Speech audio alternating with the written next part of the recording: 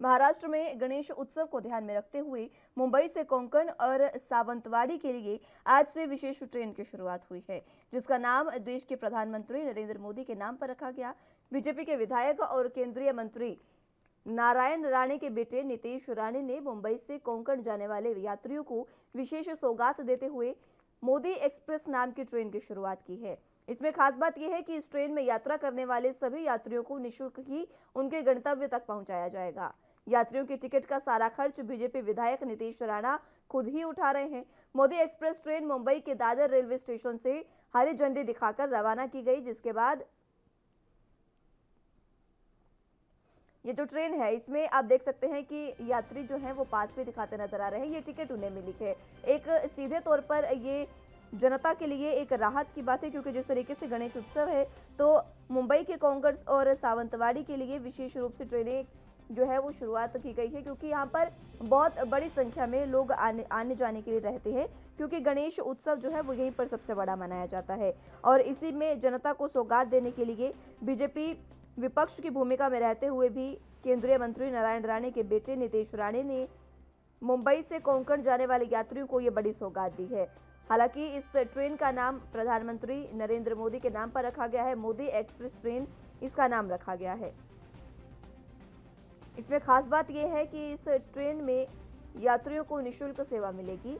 यात्रियों को इसमें अपना कुछ भी खर्च नहीं करना होगा। हालांकि उनके जो टिकट का जो भी तमाम खर्चा होगा वो खुद नारायण राणे के जो बेटे हैं नीतीश राणे वो उठाएंगे, लेकिन जनता के लिए ये सीधे तौर पर काफ़ी बड़ी सौगात कहा जा सकता है। इसी के साथ उन्होंने ये भी कहा, नारायण राणे के बेटे ने ये बात कही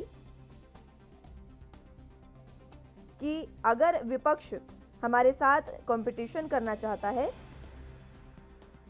तो उसे हमने एक ट्रेन चलाई है तो वो आधी ही ट्रेन चलाकर दिखा दे। ये बात नीतीश राणे ने कही।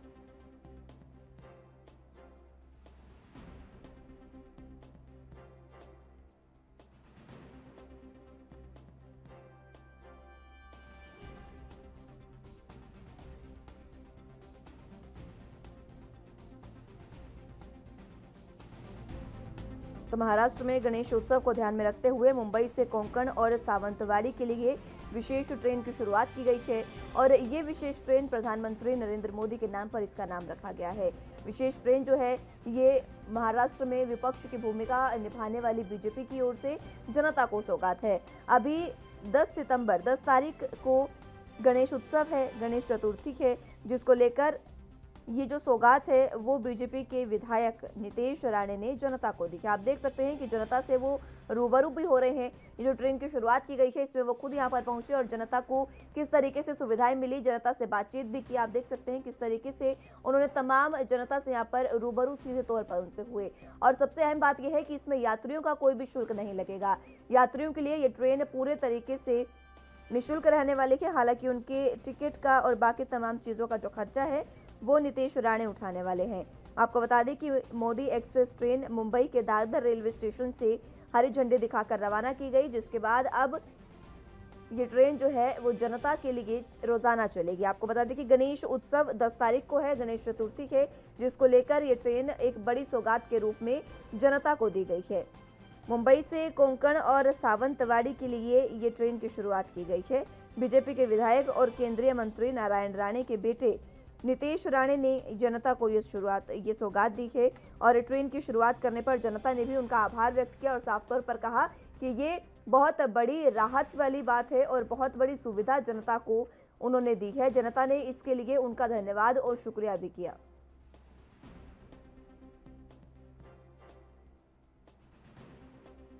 तो विधायक नीतीश राणे ने खुद ये बातें भी कही है। उनसे पूछा गया, क्योंकि जिस तरीके से मोटेरा स्टेडियम का नाम बदलकर प्रधानमंत्री नरेंद्र मोदी स्टेडियम किया गया था, उसके बाद जब विपक्ष द्वारा काफी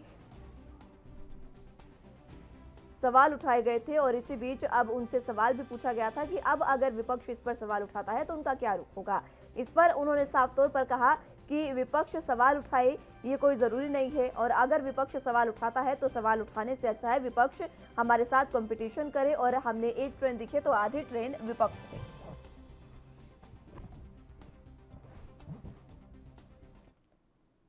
ज्यादा जानकारी के लिए मुंबई से संवाददाता मुरारी सिंह हमारे साथ जुड़ चुके हैं।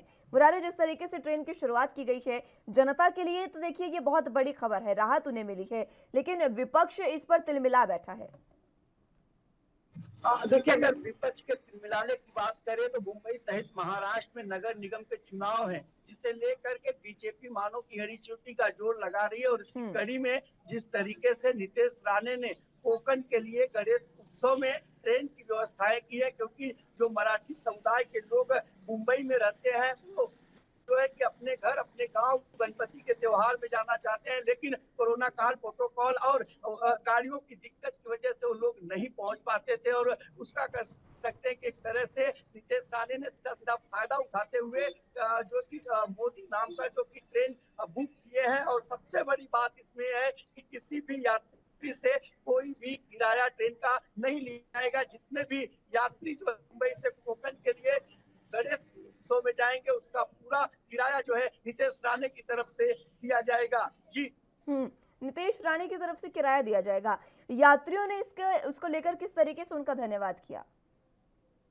देखिए, अगर यात्रियों की बात करें तो जो लोग जो है कोकण में रहते हैं, जो लोग 2-3 सालों में खास करके कोरोना काल में जो अपने गांव नहीं पहुंच पाए थे, गणपति में नहीं पहुंच पाए थे, उनमें एक उत्साह देखा जा रहा है। और सबसे ज्यादा खुशी की लहर उनमें देखी जा रही है जो एकदम गरीब तबके के लोग थे, जो रोज कमाते रोज खाते थे या दिहाड़ी मजदूरी करते थे। ऐसे लोग अपने इस त्योहार में अपने घर जाएंगे और उन्हें जो है कि ट्रेन से पहुंचाया जा रहा है। अब ऐसे में विपक्ष भले ही सहमत था, लेकिन नीतीश राणे के इस पहल से गणेश उत्सव में गणेश भक्तों को एक कह सकते हैं कि उनके त्योहार में शामिल होने का एक सरल रास्ता जो है कि मिला है। अब ऐसे में कोरोना प्रोटोकॉल के तहत जिस तरीके से गणेश उत्सव मनाने की बात कही गई है, 4 फुट से ऊंची मूर्तियां न रहे, घर गोती सहित सार्वजनिक गणपति उत्सव पर बीएमसी सहित पुलिस की और ड्रोन कैमरे से भी नजर रखी जाएगी। और ऐसे में अब धीरे धीरे लोग कोकण के लिए अपने गाँव रवाना हो रहे हैं। जी, मुरारी, देखिए ये जो विपक्ष की भूमिका में महाराष्ट्र में बीजेपी है, विपक्ष में रहते हुए बीजेपी ने ये ट्रेन की शुरुआत की है, तो इसको लेकर सीधे तौर पर सरकार की ओर से भी कोई बयान सामने आया होगा, क्योंकि विपक्ष की भूमिका में रहते हुए अगर जनता के लिए कोई काम किया तो सरकार ये बर्दाश्त तो नहीं कर पाएगी। देखिए, अभी तक इस मामले में जो है एनसीपी, कांग्रेस या शिवसेना कह सकते हैं कि महाविकास आघाड़ी की तरफ से कोई स्टेटमेंट जारी नहीं हुआ है। लेकिन बयानबाजी की बात करें, महाराष्ट्र में कोई बात होती है, चाहे पक्ष हो या विपक्ष। अब ऐसे में नीतीश राणे की जो ये ट्रेन शुरू की गई है, इसे जो है महाविकास आघाड़ी सरकार हजम नहीं कर पा रही है, कह सकते हैं। देखना होगा कि इसमें उनकी क्या प्रतिक्रिया होती है और वो क्या कुछ जनता के लिए करते हैं। जी, मुरारी, देखिए नारायण राणे ने ये माफ कीजिएगा, नारायण राणे के बेटे नीतीश राणे ने ये साफ तौर पर कहा कि ये जो ट्रेन है वो प्रधानमंत्री नरेंद्र मोदी की सौगात है जनता के लिए। तो क्या इस पर बीजेपी की ओर से कोई बड़े बयान सामने आए? देखिए, इसमें कोई बड़े बयान तो सामने अभी तक नहीं आए हैं, लेकिन जिस तरीके से नीतीश राणे के बयान है, और सबसे बड़ी बात जब उन्हें केंद्र में उनके पिता नारायण राणे को केंद्र में जब मंत्रिमंडल मिला, उस समय भी उन्होंने कहा था कि हम महाराष्ट्र की जनता के लिए और ताकत से काम करेंगे। शायद वो इसकी पहली सीढ़ी कही जा सकती है। जिस तरीके से आशीर्वाद यात्रा निकली थी, विवाद हुआ था और काफी चर्चा में रहे थे, और उसके बाद अब ये जो ट्रेन की सौगात दी गई है उसका नाम जो है मोदी एक्सप्रेस दिया गया है। तो जिस तरीके से कह सकते हैं कि सारी चीजों को भुनाने की कह सकते हैं कि कोशिश की जा रही है, वहीं विपक्ष भी इस पे विपक्ष के रूप में जिस तरीके से हर मुद्दों को लेकर के आक्रामक है। ऐसे में ये ट्रेन की सौगात जहां जनता के लिए लाभदायक है, वहीं सरकार महाविकास आघाड़ी के लिए हानिकारक दिखाई दे रही है। जी, बिल्कुल मुरारी, इसी के साथ ये भी बताएं कि ये जो ट्रेन की शुरुआत की गई है, कहां से कहां तक ये ट्रेन जाएगी और जनता को किस तरीके से सुविधा मिल सकती है? देखिए, ट्रेन मुंबई से जो है कि सिंधुदुर्ग, रत्नागिरी के 5 स्टेशनों पर आएगी, और उन सब जो है कि कल्याण, थाने और दादर, ऐसे 3 रेलवे स्टेशनों पर उनका स्टॉपेज दिया जाएगा। और बाकायदा वहां पर नीतीश राणे के जो लोग हैं वो जो है कि रेलवे प्रशासन के साथ जो है वहां पर लोगों की शिनाख्त या कूपन जो भी उनके सिस्टम है उनके जरिए उन्हें ट्रेन तक पहुंचाया जाएगा। और वहीं अगर बात करें तो पूरे परिवार के साथ जो जाने वाले लोग हैं उन्हें पहले ही टिकट और ऑनलाइन के लिए उनके जो कार्यकर्ता हैं वो पहले से ही संपर्क बनाए हुए हैं। जी, मुरारी 10 तारीख को गणेश चतुर्थी है। मात्र आज और कल का ही दिन रह चुका है और परसों से गणेश उत्सव की जो कहते हैं कि शुरुआत जो हो जाएगी। लेकिन जिस तरीके से क्या जो तैयारियां हैं वो पहले से शुरू हो जाती है। फिलहाल ये भी एक तैयारी ही थी कि ट्रेन शुरू की गई, लेकिन किस तरीके की तैयारियां मुंबई में गणेश उत्सव को देखने को मिल रही है?